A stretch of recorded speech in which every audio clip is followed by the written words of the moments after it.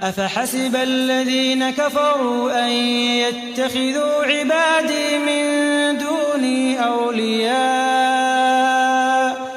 إنا أعتدنا جهنم للكافرين نزلا قل هل ننبئكم بالأخسرين أعمالا الذين ضل سعيهم في الحياة الدنيا وهم يحسبون أنهم يحسنون صنعا أولئك الذين كفروا بآيات ربهم ولقائه فحبطت أعمالهم فلا نقيم لهم يوم القيامة وزنا ذلك جزاؤهم جهنم بما كفروا واتخذوا آياتي ورسلي هزوا